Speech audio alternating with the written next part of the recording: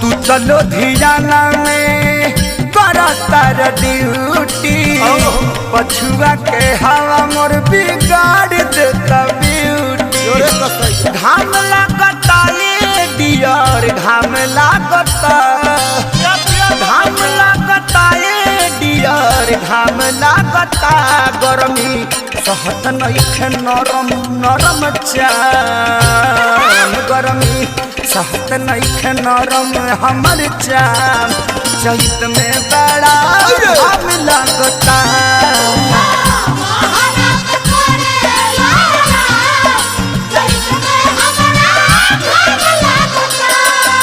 बलमू जी आ जाइता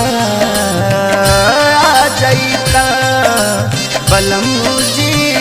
आ जाइता।